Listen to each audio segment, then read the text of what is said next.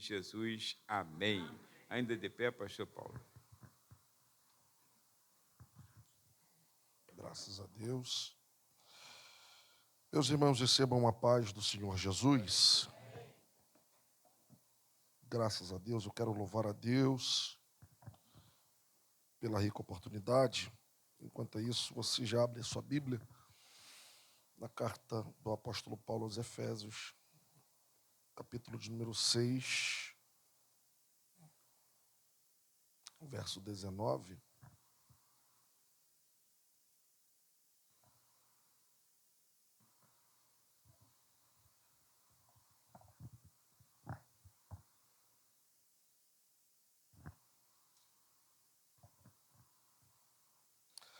Quero tributar a Deus por esta oportunidade. Pastor Moisés, juntamente com a sua digníssima esposa, pastora Ana, pastor Antônio, aos demais obreiros, que a questão que Deus em Cristo continue abençoando esta casa poderosamente, a todos os irmãos. Pastor Félix, que está me acompanhando hoje, juntamente com o Yuri. Que Deus em Cristo nos abençoe nesse trabalho tão importante que é um culto de oração. Nós precisamos de oração. É um pouco paradoxal, mas olhe para esse crente que está ao seu lado e pergunte para ele: você precisa de oração? Uma oração simples, é uma pergunta simples, mas de uma introspectiva muito forte. A própria pergunta faz com que a gente reflita se de fato nós estamos orando ou não.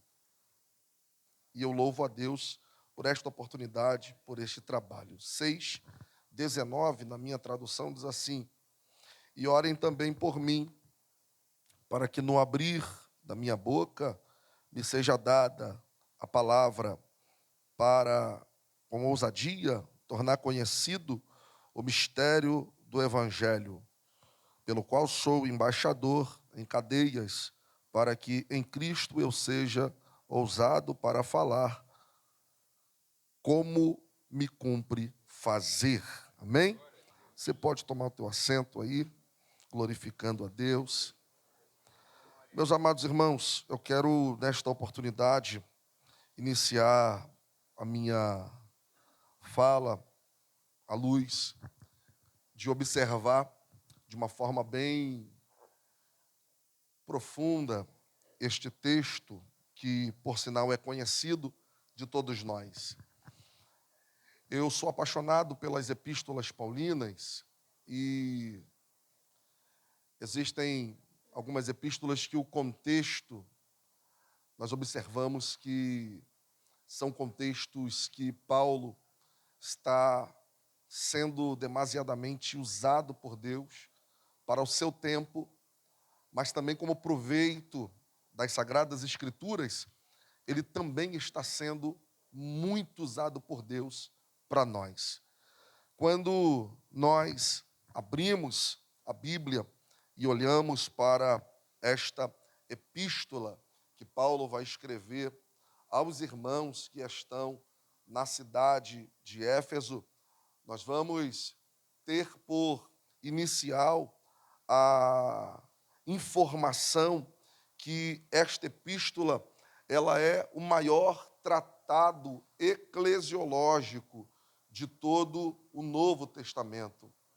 Paulo, quando está escrevendo esta epístola, ele está preso na sua primeira prisão em Roma e o seu coração está livre para poder ser usado por Deus, para poder entregar alguma coisa a um grupo de pessoas que ora está passando por situações.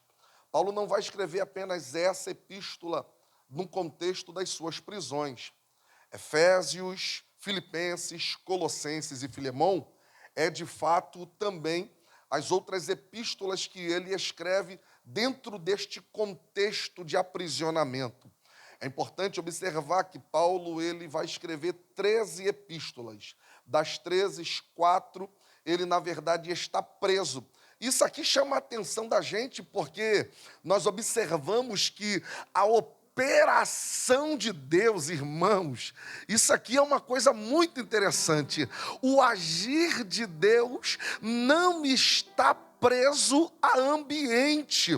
O poder de Deus não está enclausurado, ou seja, nós estamos aqui em um culto de oração, celebrando e adorando, mas Deus pode agir na tua casa, Deus pode agir no teu trabalho, Deus pode agir na nossa alma. Nós estamos aqui, mas na verdade o nosso coração pode estar batendo forte por algumas das situações externas que possamos estar vivendo, mas Deus, com a sua mão forte e poderosa, Ele pode descer dentro da tua casa nesta noite e mudar o cenário, mudar a realidade, mudar a circunstância, virar a chave, e você está glorificando a Deus aqui e vai retornar para continuar glorificando.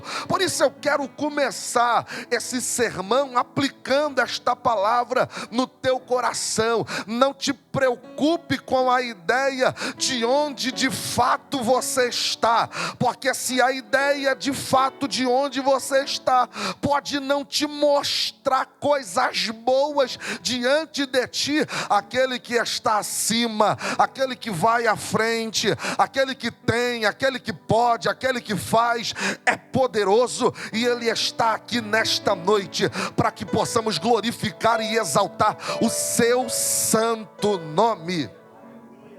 Aleluia. Esta epístola ela tem um contexto linkado ao livro de Atos.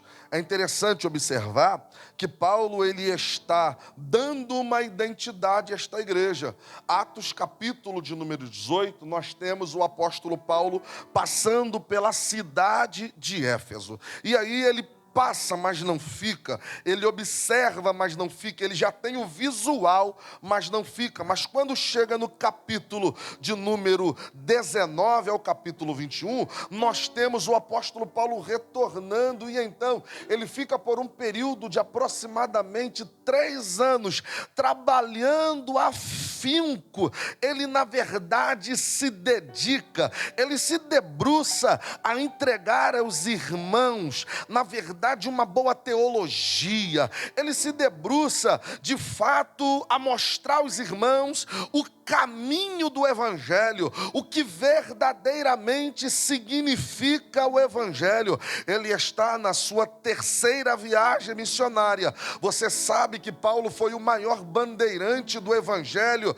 no seu tempo, foi o maior plantador de igreja, mas agora o apóstolo Paulo ele não está fundamentando uma igreja em um ambiente que que seja de fácil acesso e de fácil domínio. Nós temos na ideia da cidade de Éfeso como a maior capital da Ásia Menor, a maior metrópole da Ásia, com cerca de 300.000 habitantes, um centro político, econômico e totalmente religioso. Éfeso era a sede do culto da deusa Diana, a deusa chamada Termis, a deusa da fertilidade. Tinha um templo da deusa Diana, era uma das 7 maravilhas do mundo antigo. Os moradores de Éfeso, eles tinham um profundo orgulho por conta da sua cultura e por conta de tudo que a cidade representava. Mas a cidade era uma cidade devota e mergulhada na promiscuidade, devota e mergulhada na idolatria. Paulo agora está diante de um grande desafio de plantar uma igreja e fazer com que esta igreja venha dar frutos, fazer com que esta igreja permaneça. Aqui eu tenho a 2ª grande lição para nós, em um contexto de vida de oração, em um contexto de vida religiosa. Quando Deus está no negócio, quando o negócio é de Deus, passa céu, passa terra, e o negócio negócio permanece. Quando foi Deus que deu a diretriz, o político pode mudar, o presidente pode mudar, mas o negócio floresce. Quando na verdade é de Deus, permanece, porque o que não é de Deus não tem força para permanecer. É por isso que Paulo vai usar a expressão lá no capítulo 6, estejam revestidos, porque se revestir automaticamente é se vestir de alguma coisa, é de estar preparado para permanecer. Lamentavelmente nós estamos vivendo em um tempo onde muitas pessoas estão abrindo mão do evangelho, estão abrindo mão da oração, estão abrindo mão do seu casamento, estão abrindo mão de um ambiente tão gostoso e espiritual como esse, onde nós louvamos a Deus, onde nós ouvimos uma palavra, onde o nosso coração é aquecido, onde a nossa alma se alegra, mesmo em meio às lutas. Olha, você veio, mesmo em meio aos problemas, você veio, por favor, com aquele jeitinho pentecostal, olha para alguém que está ao seu lado e diga, mesmo em meio à provação, você e eu, nós estamos aqui, mesmo em meio às lutas, nós estamos aqui. A luta não te parou, o desânimo não te parou, a dor não te parou. As pessoas que se levantaram tentando culminar alguma coisa na sua mente para te paralisar, não te pararam. Nós estamos aqui e Ele, o Todo-Poderoso, está também para poder revertir a nossa vida, para poder nos dar ânimo, para suportarmos este ano de 2026. Eu quero liberar uma palavra de profecia para a tua vida, para a tua casa nesta noite. 2026 será um ano de orações respondidas. 2026 será um ano de cumprimento de promessas. 2026 eu e você vamos viver a totalidade. Remacalashandarabarasúria elebarauaxiformenemia-nasé dubrifurque remassarábia elemauanxi de remaio-tel ixianã. Oh, glória a Deus, nós vamos viver a totalidade das promessas de Deus. Eu e você, nós vamos viver. Paulo passa por essa cidade no período da sua terceira viagem missionária. E é interessante observar que esse foi o maior período que Paulo ficou em um determinado lugar, onde ele está plantando uma igreja. Só que anos depois, 5, 7 a 10 anos depois, o apóstolo Paulo, ele vai escrever a esta igreja. Lembra, eu citei que a cidade não era um ambiente de fácil acesso para permanência de um grupo que iria contrariar.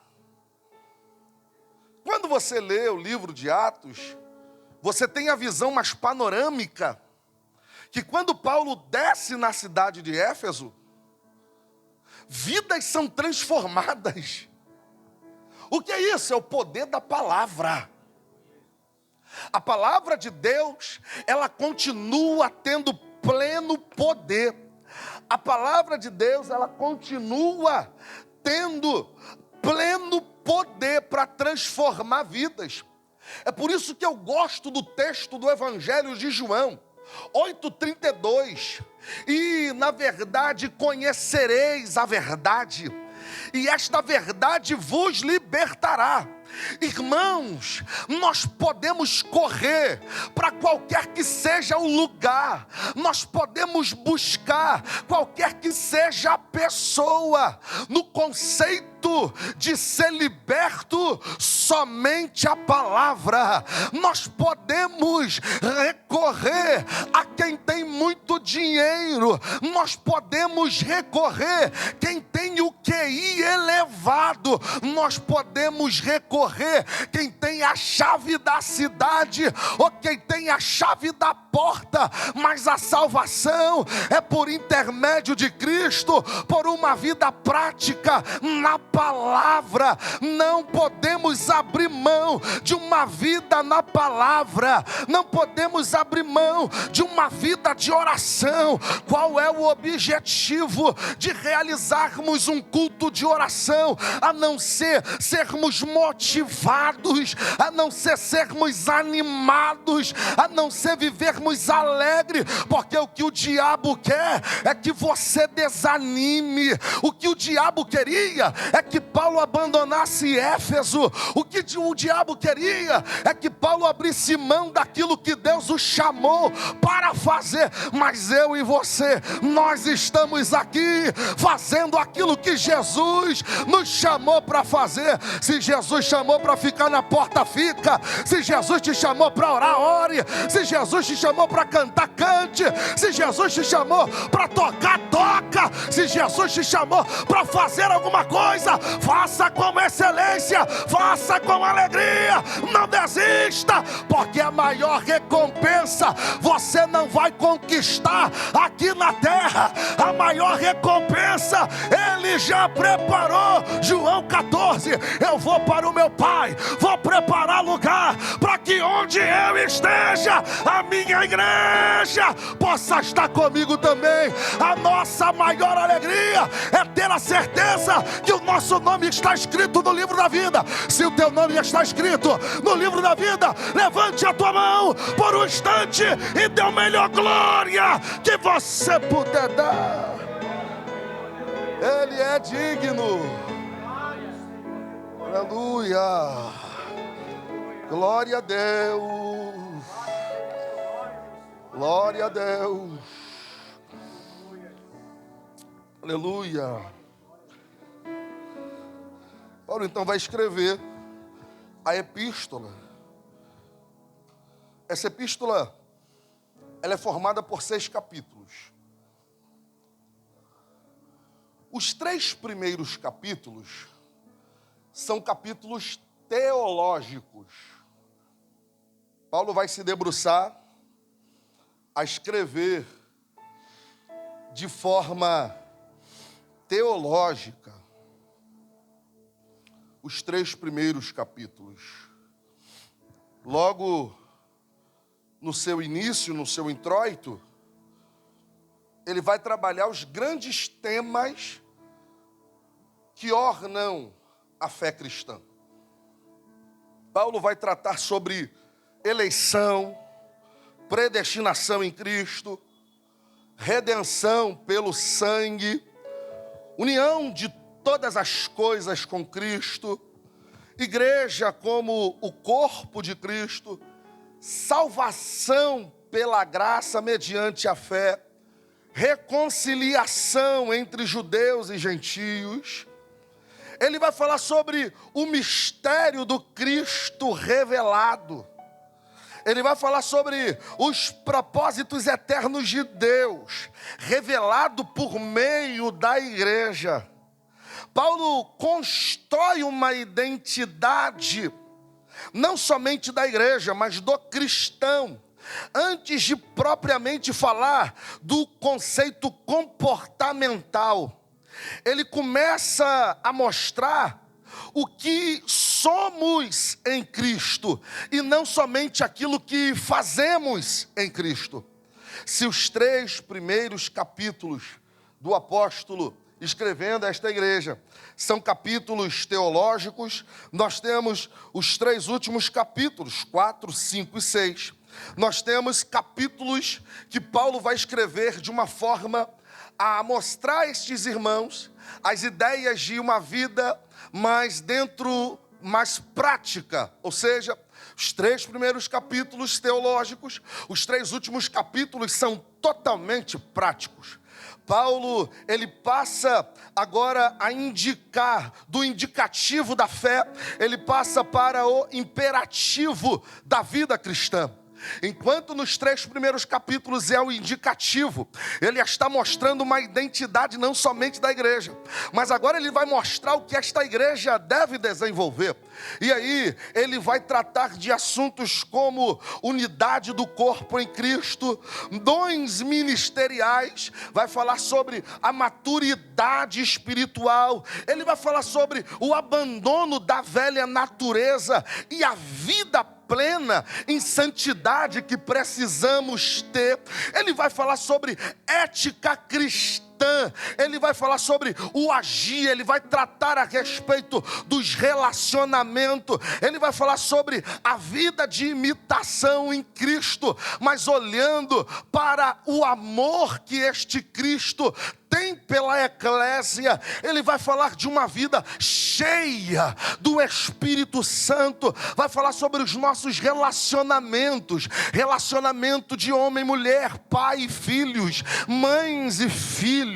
Ele vai falar também, por fim, no capítulo de número 6, da grande batalha espiritual. No capítulo de número 6, ele abre um leque que é revelacional para nós. Ele diz: olha, mesmo contudo, em uma vida de oração, em uma vida de jejum, em uma vida de palavra, em uma vida de comunhão, existe uma batalha. Nós estamos vivendo em guerra. O que Paulo une nos 6 capítulos e mostra para nós de uma forma tão bela é a perfeição com a doutrina e a vida. Paulo, ele usa a teologia prática sem nenhuma arrogância. Ele mostra que de fato a teologia não esfria o crente. Pelo contrário, uma boa teologia, uma teologia saudável,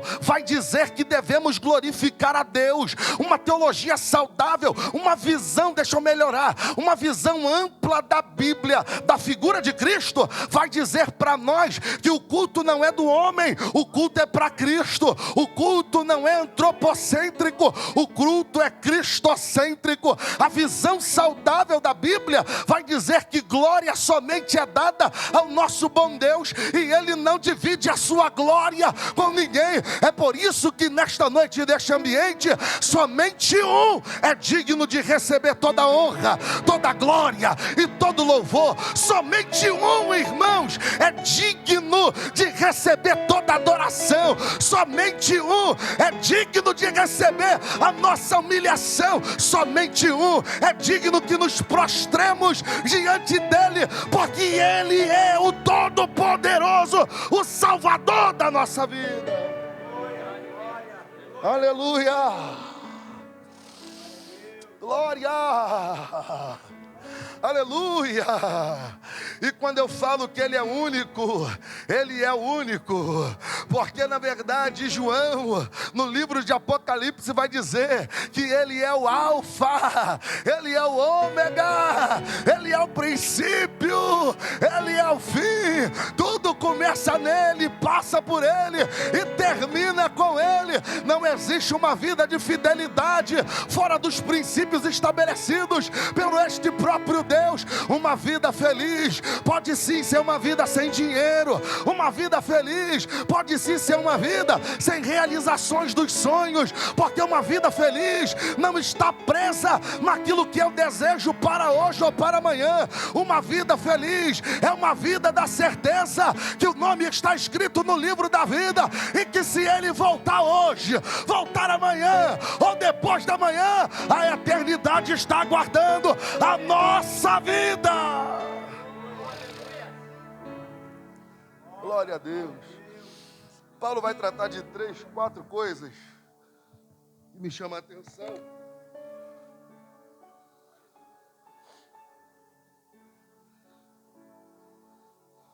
Logo no capítulo 1 nós temos o hino cristológico. Ele inicia o que chamamos de doxologia. Só que ele caminha pela doxologia. Ele mostra para nós a glória de Deus. ele também mostra a ortodoxia, a doutrina, a fé, não na fé, mas a fé em Cristo. Porque não é na fé, não é fé em um amuleto, não é fé em um objeto, é fé em Cristo. E ele mostra para nós o que chamamos de ortopatia.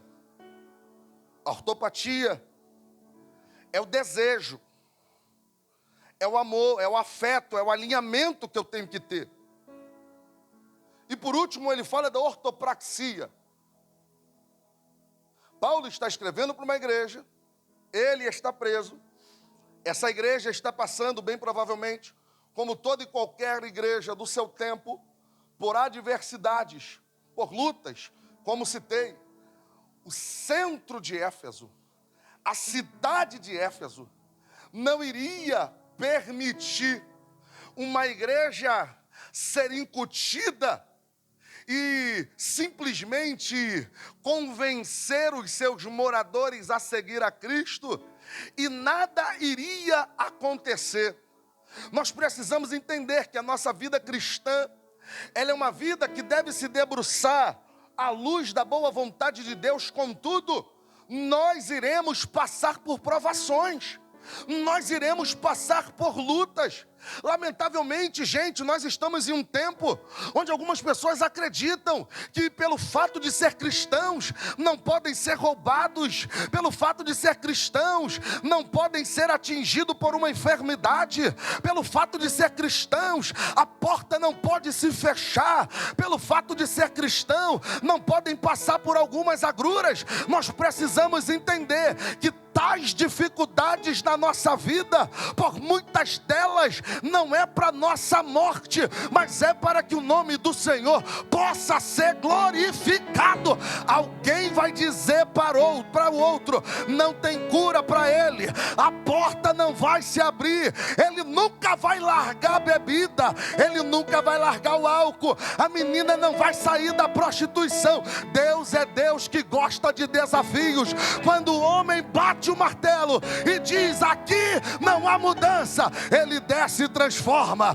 Quando o homem bate o martelo e diz, aqui não tem mais cura, ele desce com a última palavra e diz, eu sou a cura. Quando o homem desce e diz, aqui não há vida, ele desce e diz, eu sou a vida. Quando o homem diz, aqui não vai mais beber água deste poço, ele desce e diz, eu sou a água da vida. Quando para o faminto alguém diz, não tem pão, ele diz, eu sou o pão. Não tem água, eu sou a água. Não tem vida, eu sou a ressurreição. Ele é Senhor dos senhores, e por isso nós estamos aqui, porque cremos. Creia no seu milagre.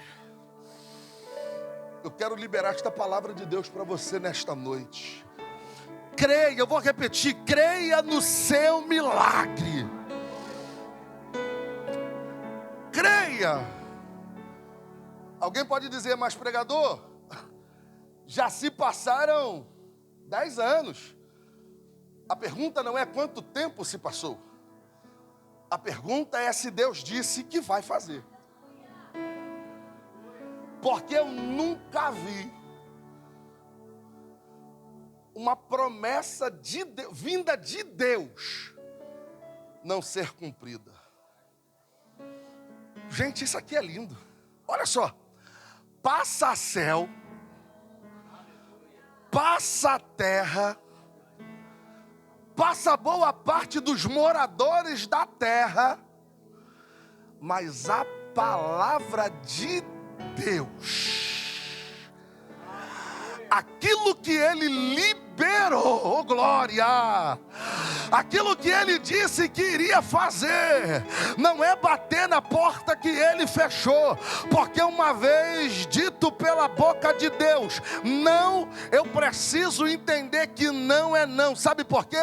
Um dos grandes atributos de Deus é a imutabilidade. Gente, se ele disse não, não existe nada que você possa fazer para ele dizer sim. Mas se ele disse que vai fazer, que vai curar, que vai trazer, que vai libertar, que vai transformar, não existe também nada que possa impedir a ação miraculosa e a mão misteriosa dele para a salvação. Por isso, nesta noite, em nome de Jesus, levante suas mãos para o alto e em nome de Jesus, diga alguma coisa para ele. Ele está aqui, diga glória a Deus, diga aleluia.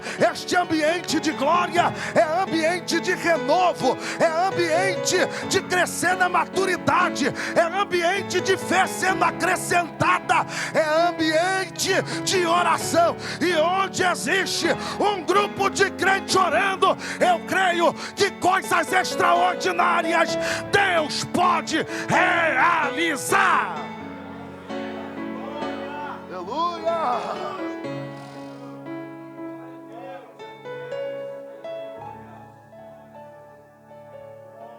Glória a Deus.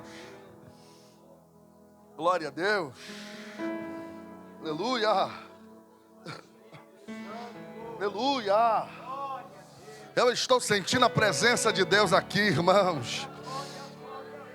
Aleluia. Glória a Deus. Oh, Espírito de Deus. Remacia candara sabrabaia.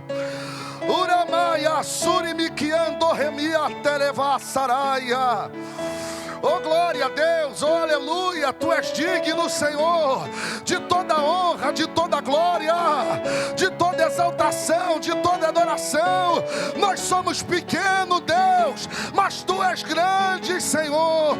Tu sonda os nossos corações, esquadria. Urabacia calamandara súria.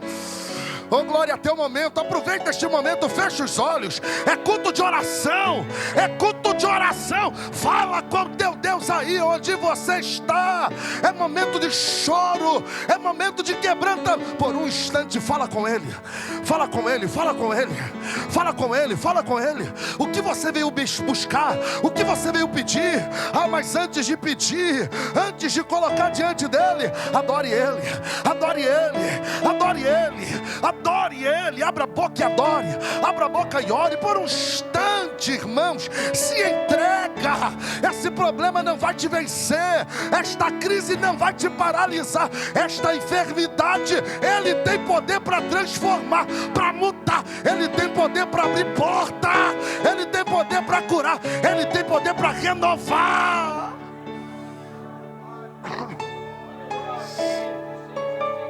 Alassuri mi candaraia,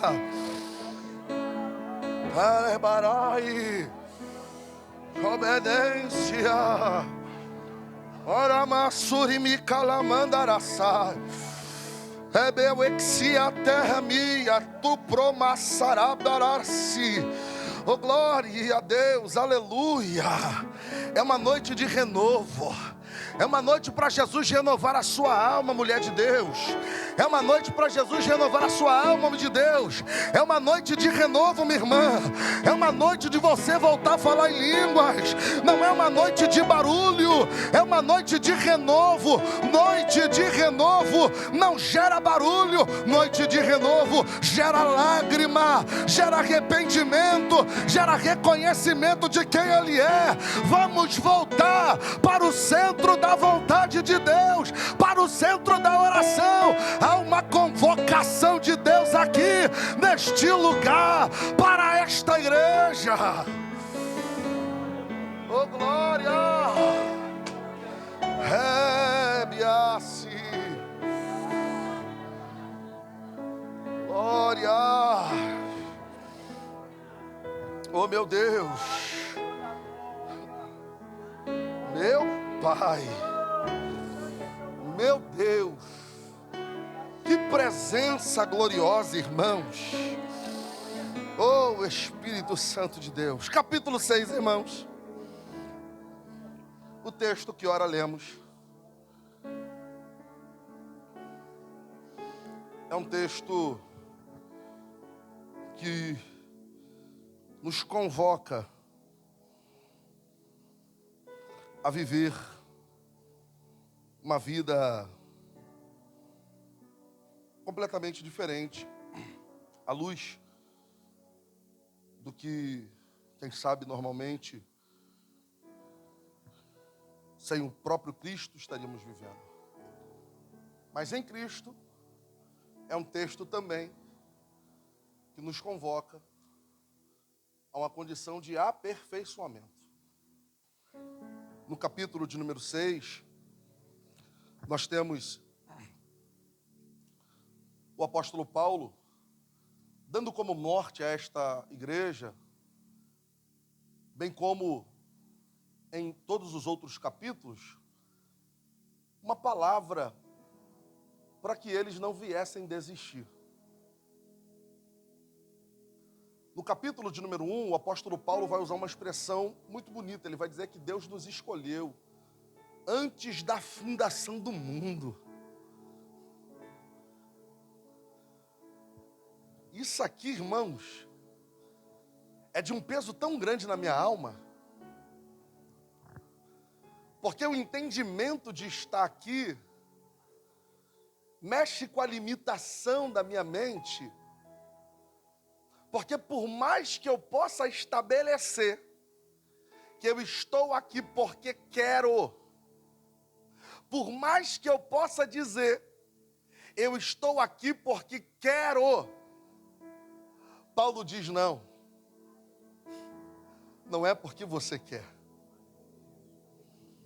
Você pode até responder positivamente o que o Espírito quer, depois de tê-lo em seu coração. Mas nós estamos aqui porque o Senhor quer. Como assim Ele quer? Porque Ele nos escolheu. Houve uma seleção, uma escolha de Deus e Ele nos escolheu. Paulo está dizendo, olha, vocês não podem desistir da fé, sabe por quê? Porque vocês foram escolhidos para a eternidade. Vocês foram escolhidos por Deus. No capítulo 2, para que se porventura alguém viesse dizer, olha Paulo, eu estou com muito pecado, a minha vida está muito fora do eixo, a minha condição atual é uma condição que eu não gostaria de estar vivendo, porque eu gostaria muito de poder estar contribuindo mais, eu gostaria muito de poder estar vivendo mais aquilo que você apregoou aqui. Paulo, no capítulo de número 2, ele vai dizer que nós estávamos mortos em nossos pecados e delitos, e vai dizer que a salvação é pela graça mediante a fé. Senhoras e senhores, aos amigos que estão na internet, quem sabe me ouvindo, não existe meritocracia em um pregador estar pregando, não existe meritocracia em um obreiro está sentado, não existe meritocracia em estarmos aqui, porque de fato nós só estamos aqui por conta da boa graça de Jesus. Foi pela graça, está sendo pela graça, é a graça que nos alcançou, é esta graça bondosa que de fato nos trouxe a este lugar, por intermédio da escolha do próprio Deus, para que estivéssemos aqui e fôssemos edificados pela sua gloriosa palavra. Por isso, em nome de Jesus, saia nesta noite deste ambiente entendendo, nós não somos autossuficientes. Paulo está dizendo, vocês estão livres, eu estou preso em uma prisão domiciliar, eu estou guardado por um grupo de pessoas. Ele vai dizer, eu sou prisioneiro de Deus, mas a minha mente está livre. Na verdade, quem sabe Paulo até poderia dizer, eles pensam que que eu estou preso com eles, mas na verdade são eles que estão presos comigo, porque enquanto eu escrevo para vocês, eu também apregou para eles. É salvação aí, é salvação aqui. E o que Paulo está querendo dizer: se você já está em Cristo e é uma nova criatura, não te preocupe, deixe-se ser usado por Deus, seja instrumento de Deus na tua casa, para que os seus possam também serem alcançados para a glória de Deus. Aleluia! Deixa eu correr para o fim.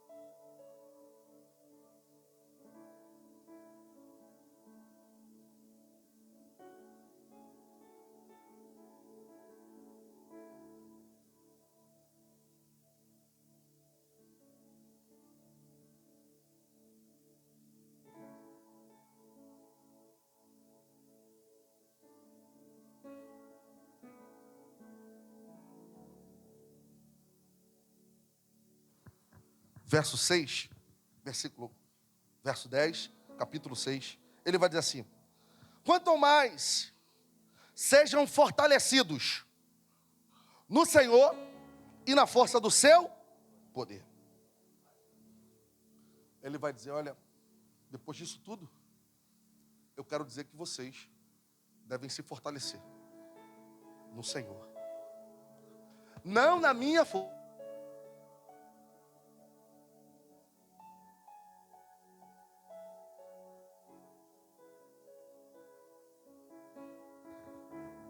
E no poder do Senhor. E no poder do Senhor. E então ele vai dar a orientação. Ele vai dar a orientação para que pudéssemos estar revestidos. Paulo vai mostrar a esta igreja algumas necessidades, alguns princípios, e ele vai estabelecer alguns fundamentos para se revestir. A temática deste mês é estarmos revestidos para que possamos permanecer. Ninguém consegue permanecer se não estiver revestido. Esse revestimento não é uma roupagem humana. Esse revestimento trata-se de uma roupagem divina. Paulo está falando de um revestimento onde precisamos ter. E então, como fundamento deste revestimento, eu quero aqui citar para os irmãos. Paulo está inicialmente dizendo que precisamos estar revestidos da nossa consciência. Para desenvolvimento do texto, Paulo vai dizer: nós precisamos estar revestidos da consciência que existe uma batalha espiritual. Efésios capítulo 6, verso 12, vai dizer: porque não temos que lutar contra a carne nem contra o sangue, mas sim contra os principados, contra as potestades. 1 de Pedro 5,8, sede sóbrio, vigiai, porque o diabo, vosso adversário, anda ao vosso derredor. O que Paulo está dizendo é que de fato nós precisamos entender que mesmo servindo a Deus com alegria, mesmo em dias alegres, existe uma batalha espiritual. Ele não está romantizando a vida espiritual, ele está revelando para nós uma grande guerra. Ele está mostrando contra quem nós temos que guerrear, ele está mostrando quem é o nosso adversário, ele está mostrando como que devemos nos postar, ele está mostrando qual a vestimenta precisamos ter, ele está mostrando onde devemos nos fortalecer, ele está mostrando de onde virá a nossa força para nos mantermos firmes e constantes, porque quem não discerne o campo de batalha espiritual acaba sendo alvejado pelas potestades, mas há poder no nome de Jesus. Nesta noite nós estamos sendo revestidos pelas armaduras de Deus e sairemos daqui sigilantes, adorando, entendendo na nossa consciência, não existe neutralidade. Estamos em guerra. A maior vitória do inimigo é convencer o cristão de que não existe uma batalha. Não tem batalha não, está tranquilo. E ele vai minando a sua fé, vai arrancando de você a sua consciência, vai diluindo aquilo que você tinha como pureza. E quando você se dá por conta, você já está vivendo uma vida fora dos princípios estabelecidos pelo próprio Deus. Mas se, como fundamento que Paulo vai aplicar, do verso 10 ao verso 20, o segundo é que precisamos nos revestir da armadura completa do próprio Deus. Paulo, ele vai desenvolver na leitura uma metáfora e vai mostrar para nós que precisamos, na verdade, ter as armaduras de um soldado romano. E aí aquilo que o soldado romano tem, o revestimento que ele tem, nós precisamos também ter. Paulo deixa explícito a ideia da armadura de Deus. Ele fala que esta não é uma condição de origem humana, mas é uma condição de origem espiritual.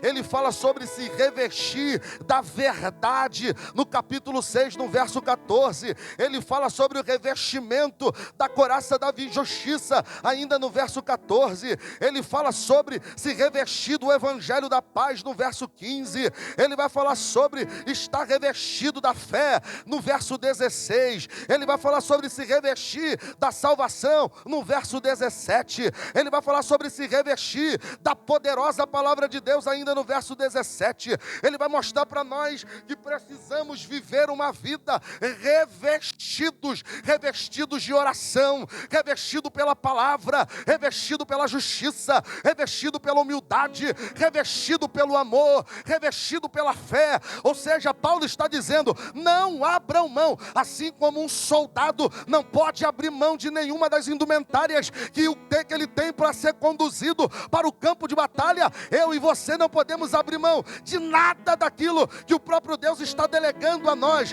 Logo precisamos ser revestidos de toda a armadura de Deus. E por último, precisamos ser revestidos de uma vida de oração. Paulo está dizendo para nós que todos nós que somos cristãos devemos ter uma vida madura de oração, devemos ter uma vida permanente de oração. Ore em pé, ore sentado, ore deitado, mas não deixe de orar. Sabe por quê? Porque uma vida sem revestimento de Deus, de fato, nos tornamos alvos fáceis para o diabo. Paulo, em 10 versos,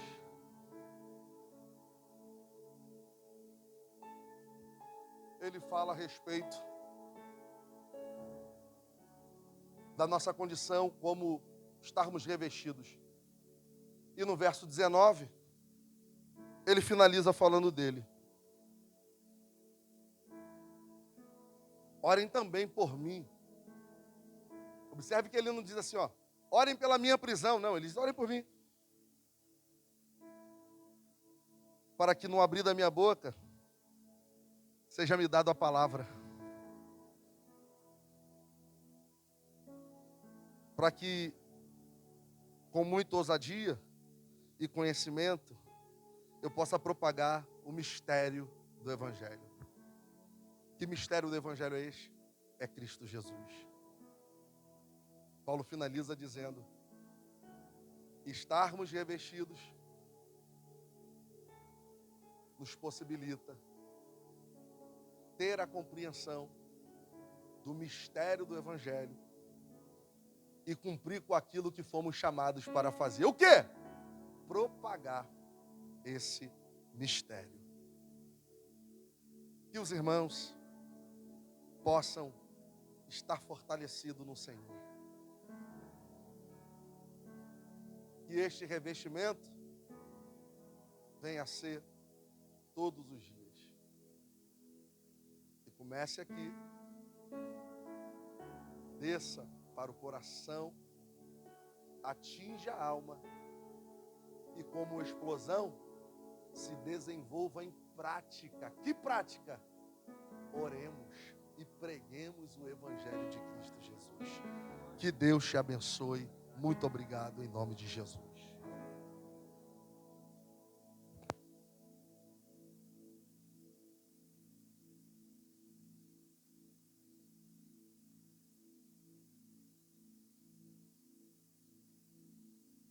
Meus irmãos, Deus abençoe o pastor Paulo por esta boa palavra, nessa oportunidade que o Senhor tem usado como instrumento. Meus irmãos, permaneçam firmes. Vamos ficar revestidos. Jesus está voltando, né? Jesus está voltando e nós precisamos. E a oração, como ele terminou dizendo aqui, é todo tempo, irmãos. Orando em todo tempo. O mês de janeiro acaba, mas a oração continua continuamente em nossas vidas. Amém? Vamos ficar de pé, que amanhã tem mais a